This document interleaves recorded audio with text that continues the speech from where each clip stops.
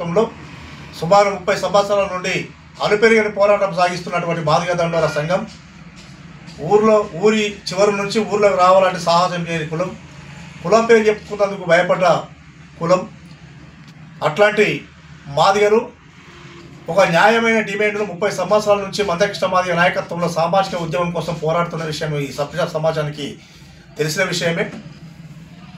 కాబట్టి ఒక మాదిగ దండోర ఉద్యమం ఈ సమాజాన్ని మెప్పించి చివరికి దేశ ప్రధాని మెప్పించి హైదరాబాద్ రప్పించి మాదిగలు చేస్తున్నటువంటి సామాజిక ఉద్యమానికి నా సంపూర్ణ మద్దతు ఉంటుందని చెప్పేసి సాక్షాత్తు ప్రధానమంత్రి గారితో హామీ తీసుకొని వెంటనే మరి దానికి సంబంధించిన కార్యాచరణ పూర్తి చేయించుకొని చివరికి ఈ దేశంలో సర్వోన్నత న్యాయస్థానం అనేటటువంటి సుప్రీంకోర్టుతోటి మాదిగలు చేస్తున్న పోరాటం సమంజసమే, ఏబిసిడి వర్గీకరణ రాష్ట్ర ప్రభుత్వాలు చేసుకునే అధికారం ఉందని చెప్పేసి సాక్షాత్తు సర్వోన్నత న్యాయస్థానమైన సుప్రీంకోర్టు తీర్పునిచ్చే వరకు మాదిగల అలుపెరగని పోరాటం మందకృష్ణ మాదిగ నాయకత్వంలో జరిగిందనే విషయాన్ని గుర్తు చేస్తూ ఉన్నాం.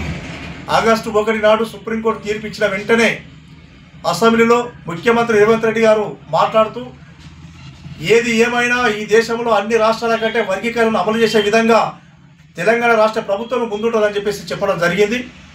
కానీ ఆగస్టు పోయి ఇది జనవరి, ఇన్ని నెలల కాలంలో ముఖ్యమంత్రి ఎందుకు అమలు చేయలేదో చెప్పాల్సిన బాధ్యత ఉందనే విషయాన్ని గుర్తు చేస్తూ ఉన్నాం.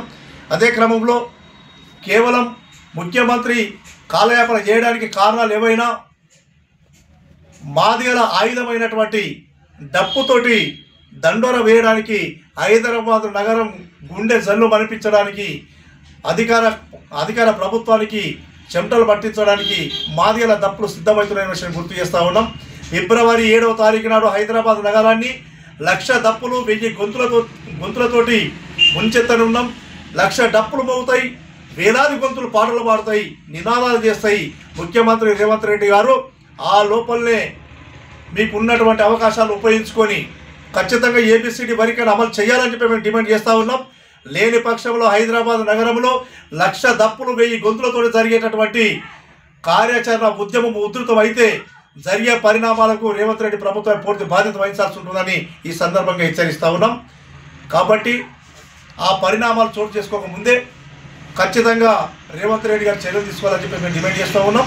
ఇందులో భాగంగానే ఈ నెల 25వ తారీఖున ఎంఆర్పిఎస్ వ్యవస్థాపక అధ్యక్షులు గౌరవ మందకృష్ణ మాదిగ గారు మెదక్ జిల్లా పర్యటన ఉన్నది. మెదక్ జిల్లా పర్యటనలో మరి అన్నగారికి డప్పులతో స్వాగతం చెప్తూ మెదక్ జిల్లాలో ఉద్యమాన్ని మరి ఉధృతంగా డప్పులతోటి స్వాగతం తెలియజేసి మరి అన్నగారికి సంఘీభావంగా ఉండి హైదరాబాద్లో జరిగేటటువంటి మరి 1,00,000 డప్పులు 1000 గొంతుల కార్యక్రమాన్ని కూడా విజయవంతం చేయడం కోసము ఈ కార్యక్రమం కొనసాగుతుందనే విషయాన్ని గుర్తు చేస్తూ మరి రేవంత్ రెడ్డి ప్రభుత్వం ఇక్కడైనా తన చిత్తశుద్ధిని నిరూపించుకోవాలని చెప్పేసి మేము ఈ సందర్భంగా గుర్తు చేస్తూ ఉన్నాం. జై మాదిగ, జై మందకృష్ణ మాదిగ.